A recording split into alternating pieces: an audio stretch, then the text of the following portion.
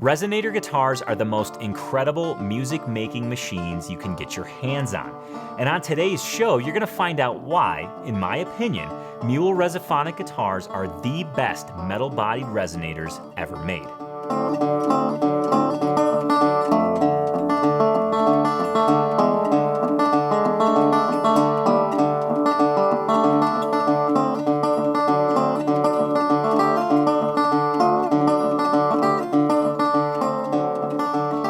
Hey TAC Family, this is episode 258 of the Acoustic Tuesday Show, a show packed full of inspiration and fun designed to help you get more progress, fulfillment, and joy from your guitar journey. Throughout today's episode, I'll be keeping you in the loop with some acoustic news you can use, which includes some instrumental wizardry, a banjo expose, and much, much more. Plus, I'll be sprinkling in some comments from the Crosspicking episode. But first, let's head to Saginaw, Michigan, so you can discover the magic of Mule Resonator guitars. Here are 8 reasons why I love Mule, and, well, why you should as well. Reason number 8, you're in good company. Here's just a small list of the artists that play Mule Resonator guitars, or have played Mule Resonator guitars. You've got Kelly Joe Phelps, Charlie Parr, Tom Feldman, RJ Ronquillo, Tyler Bryant, Ariel Posen, Jeffrey Foucault, Jason Momoa, Joey Landreth, Marcus King, Adam Miller, and many, many more. And it's no doubt these folks choose Mule guitars because, well, because of the reasons I'm about to share with you. That's just one reason. Yes, you are in good company. Reason number 7, they have necks that dreams are made of. Yes, the necks on Mule guitars, whether you get a Mavis, whether you get a steel-bodied Reso, are absolutely incredible. The most comfortable neck I've ever played on an acoustic instrument belongs to a Mule Resophonic guitar. And there's a certain reason why these necks feel so darn comfortable. And here's Matt from Mule explaining why. So should guitar necks be shaped like letters of the alphabet or shaped like hands? I hold guitar necks with hands. Let's shape them like them. This is a hand. And one of the main differences between hands and letters of the alphabet is its asymmetry. It's part of the hand that you hold the guitar neck in. If I was to draw a center line through it, you can see that the deepest part of a hand is shifted over a little bit. And so we shift the center line of our guitar necks over a little bit. It's 1/8 of an inch. And you can also see the angle of the thumb and the forefinger. If I put my hand in its most natural position, you can see that angle. And so with our necks, we carry that angle through the shoulder, which is this area here, and then through the binding, so that when I put my hand up in its most natural position, I don't have to do anything with my hand in order for my fingers to interface with the strings correctly. It just happens. Pardon the interruption. I just want to address something that's going on in the comments, something that is spam related that I want your help with. If you see any comment from something associated with Telegram, I think it's Acoustic Life 01 Telegram or something to that effect, it's not me. It's nobody that represents Acoustic Life, Tony's Acoustic Challenge, or myself, Tony Policastro. It is not affiliated with me whatsoever, so please ignore them. Actually, do one better. Please report those comments. You can just click the 3 little dots next to the comment, report it as spam, and hopefully YouTube will get their act together and help us rid the comments section from these bots. So please don't give them any information. Don't even respond to them. Just report it as spam. Thank you so much. Okay, back to the show. Reason number 6, the Mule Bus. This is a hard one to explain because I feel like you have to experience it, but let me just paint a picture. What's better than going to your favorite artist's show, meeting your favorite artist's guitar maker, being able to play those guitars, having a beer, and just hanging out with like-minded musical folks. That's the magic of the Mule Bus. Here's what happened at the Mule Bus outside of the Tyler Bryant show in Nashville. How y'all doing? Good.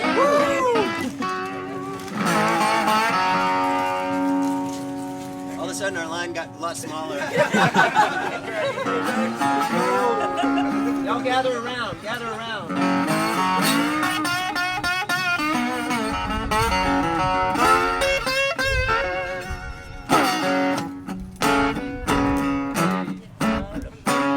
And the fifth reason to love Mule Resophonic guitars is social inspiration. You've got to follow Mule on all of the socials. I follow them on Instagram, and it kind of just feels like you're part of the crew. It kind of feels like you're on the inside. Here's a quick sampling of some of the things you can find on the Mule Resophonic Guitars social channels. Today we've got a Mule School double whammy. 1, how to restring your resonator, and 2, how to adjust the action on your resonator. So how you change the strings on this guitar is you swap out one string at a time. Take one string off, replace that string, tune it all the way up to pitch. Okay. The reason you do that is underneath here you have this T-bridge and these cones inside, and you want to keep the tension on the cones even.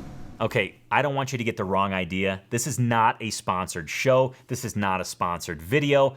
I just love Mule Resophonic guitars. I own 4 of them. We'll get to those in a moment, but I just wanted to be clear that there was no hidden agenda here.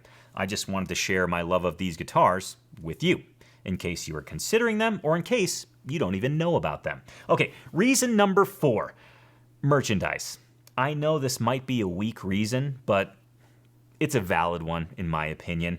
You know, guitar brands sometimes have awesome merch, and sometimes they have not so awesome merch. Mule has very awesome merch. In fact, I think that they broke the scale of merch awesomeness. The designs are cool. It's something that I think is a statement maker. From the t-shirts to the hats, it's all there. It's just the graphics are awesome, and the quality of the shirts and the hats are pretty darn good as well. I favor the hat. I also found some shirts that I really dig because there's skulls involved. Anyways, think of Mule's merchandise as like Harley Davidson's merchandise. It's that cool, except for Mule's in the guitar world and, well, Harley's in the motorcycle world. Okay, moving on to reason number 3, and this has everything to do with guitars. Reason number 3, the third reason to love Mule, is the trifecta. Mule offers 3 guitars. 3 guitars. You've got a resonator guitar, you've got the Mavis, and you've got the Mulecaster. 3. That's it. You don't need any more because these 3 instruments have all of your bases covered. Yes, there's custom options within each of these instrument models, but why muddy the waters with more models?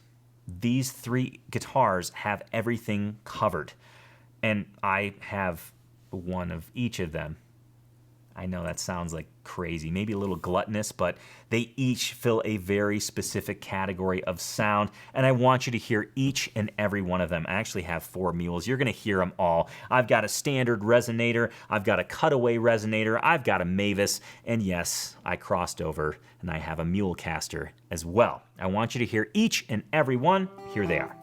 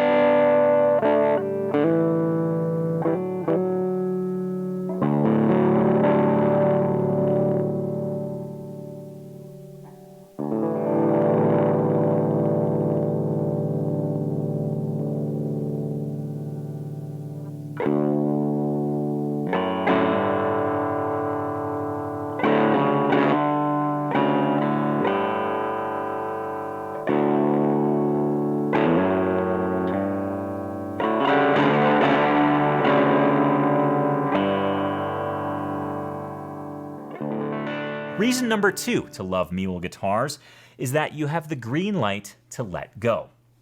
Now I'm going to read something off of the Mule Resonators Guitars website that defines this. This is a quote from Matt, and it makes me love Mule guitars that much more. It makes me love the thought and the philosophy that goes into these guitars that much more. Here is what Matt has to say about letting go. Let go.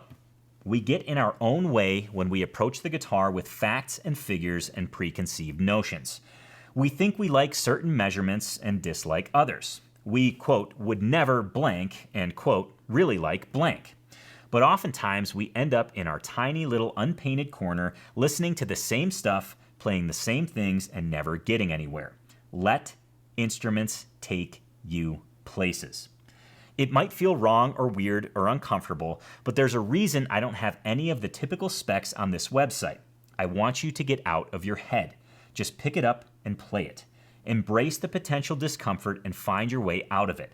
That's the journey. You'll like where it leads. Furthermore, there's a video that he made about pickups.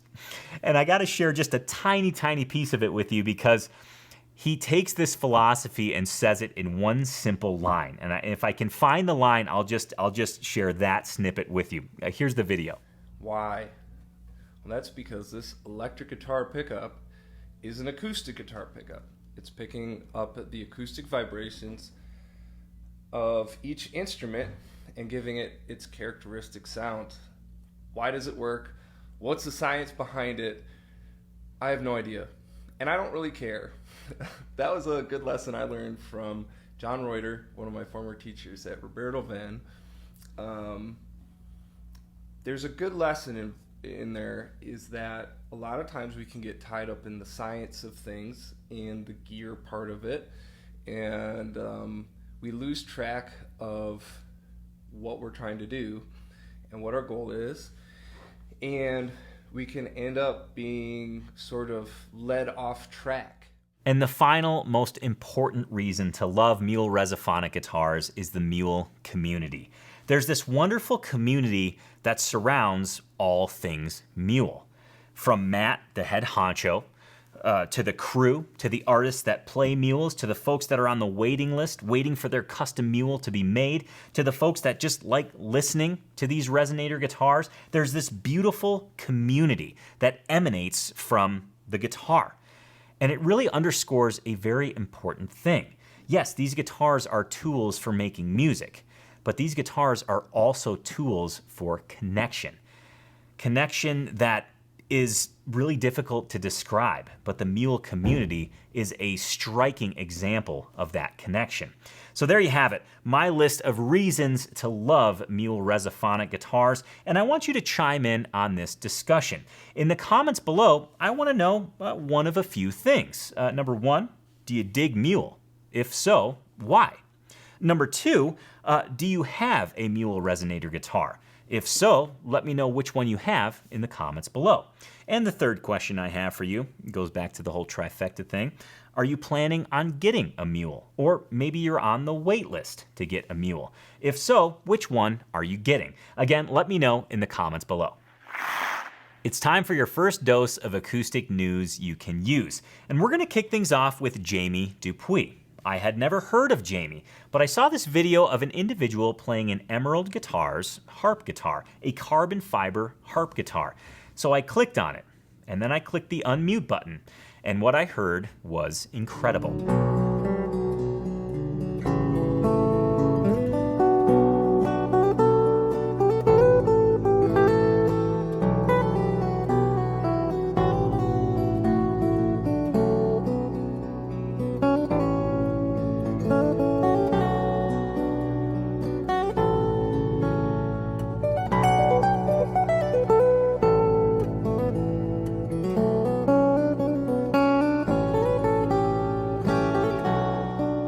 I feel like women are severely underrepresented when it comes to the guitar industry, the guitar world. And that's what brings me to this next news item, Guitar Girl Magazine. I had never heard of this before, but I saw a post from Yasmin Williams, phenomenal female guitar player, that she was on the cover of this magazine. And I thought that is cool for 2 reasons. Number 1, Yasmin deserves all of the accolades, all of the credit, because she just makes beautiful music. And number 2, there's an entire magazine, an entire publication dedicated to women in guitar, women in the guitar world. And I thought, you know what? I need to share that with you because I think women make up a large part of the guitar world, and we need to celebrate that. There are so many incredible players out there. Some of them, a lot of them, are women, and they just don't get their due time in the spotlight. And I think this magazine is doing a great job of changing that. Okay, moving on to our next news item, and this one is just plain fun. It's something that I want you to just kick your feet up and listen to, and watch as well. It's Rashad Eggleston, who's one of the most incredible boundary-pushing cellists that has ever played the cello, and Billy Strings. What happens when these 2 juggernauts of acoustic music get in the same room?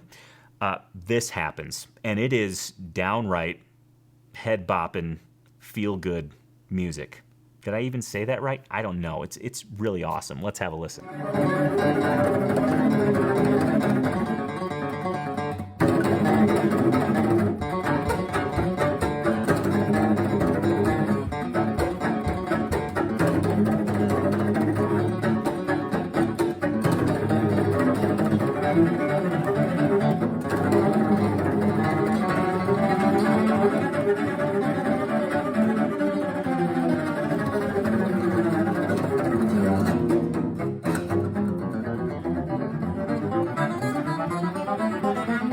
I've got some more news for you, and I want to show you what the TAC family is working on this week. It's a very Mississippi John Hurt-oriented week within Tony's Acoustic Challenge this week. But first, let's check out some comments from the Crosspicking episode 255 of the Acoustic Tuesday show. First up is a comment from Jim Semler. He says this: I really needed to hear that advice on guitar routine. We got a new puppy in June, and I told myself I didn't have time now for guitar. Your reminder of 10 minutes really resonated. I will be back to my routine. Yes, indeed, Jim, 10 minutes is all you need. Now, I can already see through the computer screen right now, some of you shaking your head saying, 10 minutes, you cannot get better at guitar in 10 minutes. Yes, you can. It's about the cumulative effect of 10 minutes, and 10 minutes being small enough that it actually may lead to a larger playing session. Here's the 10-minute rule in a quick, condensed format. If you commit to playing 10 minutes every day, number 1, you can do it. Anybody can find a 10-minute window to play. Number 2, it puts you in a win-win scenario. You either commit to playing 10 minutes and you feel good about getting your 10 minutes in, or you commit to playing 10 minutes and all of a sudden you've played for a half an hour. Win-win scenario. Pretty awesome. And number 3, you feel good about it. And when you feel good about something, you're that much more likely to do it. All too often I hear folks saying, you know what, I'm gonna play for an hour every single day. And then they feel guilty when they miss a day. And then pretty soon it starts to seem unrealistic, and then they don't play at all. That's why the 10-minute rule is so effective. And Jim, thank you for calling that out. I feel like I have a hair stuck on my glasses. Is that true? My nose is itchy. Anyways, moving right along to our next comment. This one comes from Pops Morris. He says this: Hi, I'm new to the channel. What is the TAC family? Indeed, the TAC family is, well, Tony's Acoustic Challenge members. It's a wonderful community of folks dedicated to their guitar routine who happen to be Tony's Acoustic Challenge members. To which Gautam Saha replies, this is a really funny reply. I wanted to just feature this in the show. It falls in between the tick and the toe families. He said, but seriously, it is Tony's Acoustic Challenge, his acoustic program. Yes, indeed, you can check it out at tonypolicastro.com. And speaking of the TAC family, I think it's a great time to check in and see what they're working on this week. Every day within Tony's Acoustic Challenge, we focus on one of the 5 essential categories of guitar enjoyment: technique, guitar licks, improvisation, rhythm guitar, and chord transitions. And this week is a little bit different. This week, we're focusing on the guitar style of Mississippi John Hurt. But picking little pieces out that fall into each of those 5 categories. And rather than me reteach the lesson during today's show, I figured I'd just give you a little sneak peek of the actual lesson. So here's what the TAC family is working on today.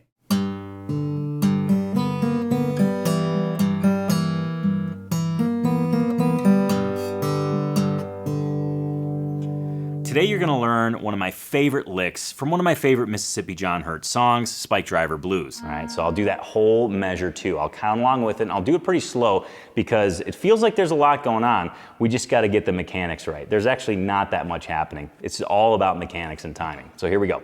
1, 2, 3, and 4, and. Okay, I'll repeat that one more time. 1, 2, 3, and 4, and. Now we're not done with this kind of dissonance, this almost uncomfortable feeling, because measure 3 has us pinching the D and the open B string one more time. On the and of 1, we hit the open G, so make sure to lift your pinky off, and then we go ahead and hit our thumb on that 2nd fret of the D string. So you're gonna take your middle finger from the A, move it down to the 2nd fret of the D, and your thumb hits that on the 2 beat. So if we just go through the 2 beat on measure 3, it's gonna sound like this. We're gonna pinch the D and the B, index finger hits the open G, thumb hits that 2nd fret of the D string. All right, so it's 1 and 2, 1 and 2. Okay, time for your final dose of acoustic news you can use. You know when you get some medication and they say make sure to take this through the last dose? This is your last dose. We've got to take the last dose of acoustic news you can use for today. And I've got a few things lined up for you. The first is just a small little mention of Gibson TV. They do this series called Collection, or The Collection, and they just featured Slash. And I think this is ironic and cool. Ironic because I think Slash has the most signature models from Gibson of any other artist, so that's kind of funny. But number 2, I'm a Guns N' Roses fan, and I thought it was cool to see some of the guitars from his collection. So make sure to check that out. Here's just a very small snippet. The entire episode's like 30 minutes, and it's 30 minutes well worth your time for the guitars and the stories that go along with the guitars. But here's a quick little clip of it. You know, it's funny to have a guitar that was brand new, and it's one of those guitars, you know when you buy used guitars and you see the necks all worn off and you think about the amount of time and work that went into doing that? This is actually for me, so it's a trip. So this came into the mix then 88-ish? I got it in 88. I was on the road with Guns, and I was retiring my 2 replica, 59 replicas that I had. And I called Gibson, and they sent me these 2 guitars. It wasn't this original case, it was those black hard protector. Yeah. And it was a bright cherry sunburst. Both of them were pretty identical, and I started using those on the road for a while, and then I had them refinished so that they were a little duller, not this dull. Yeah. And it became my main stage guitar and the backup for all the way through Guns N' Roses, and then on through Velvet Revolver. Banjo. I know, I probably scared you. Usually when I say banjo, folks run the other direction, but I'm going to encourage you to stay in your seat because I want you to see these banjos. Banjos made by Jason Romero. I believe he makes them in Horsefly, British Columbia. I'm pretty sure I'm right on that. Now, Jason is an awesome banjo builder. He's an awesome banjo player, and the name might sound familiar because you likely have heard it in the duo Ferris and Jason Romero. A duo of him and his wife playing awesome folk tunes that they have written. I would liken it to Gillian Welch and David Rawlings. If you like Gillian Welch and David Rawlings, you gotta check out Ferris and Jason Romero. But, well, the music's cool, but what I want you to check out right now are the banjos that he makes. Not only the banjos that he makes, but the banjos that he played on their new album. they did a cool video of these banjos that he not only made but played, and he kind of talks about each one. We don't have time for the full video right now, but here is a quick clip of that video, and it's just great to hear insight on these instruments from the person who played them and the person who made them, because, you know, they're the same person. This one I'm calling Big Blue because it's a 13-inch rim. It's got blue heron L shoes on there. And this is based off of some early minstrel era banjos. It's low strung. It's just a big, warm, tubby sound. And this one, up until I just made Papillon, was my desert island, or my kind of one banjo. It's got a regular flange on it, like a bluegrasser.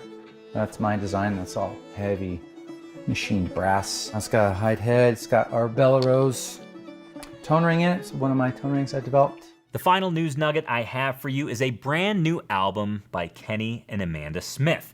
Kenny Smith, that name might ring a bell because I mentioned him on the Crosspicking episode. He is an artist you need to hear, and now here is your chance. Him and his wife, Amanda, just released a brand new album back on September 9th, entitled All I Need. This duo is awesome. I've been listening to them for a very, very long time, and I was so excited to hear new music from them. If you've never heard them together, now is your chance. And it's the feeling of falling in love, the true love we've all dreamed of. And for the first time myself, I'm not thinking of, it's the feeling of falling in love.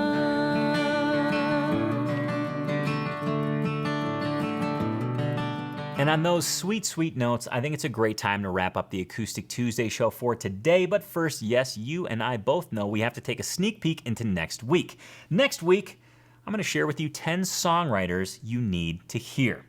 They'll make you laugh, they'll make you cry, they'll make you think about life. That's happening next week on the Acoustic Tuesday show. And I do want you to tune in. Remember, you can catch Acoustic Tuesday every single Tuesday at 10 a.m. Mountain Time. Before I let you go, let me remind you of one thing. Your guitar success, however you define it, is directly related to your guitar routine. So please invest the time in developing your guitar routine and make sure to have fun every single day that you play.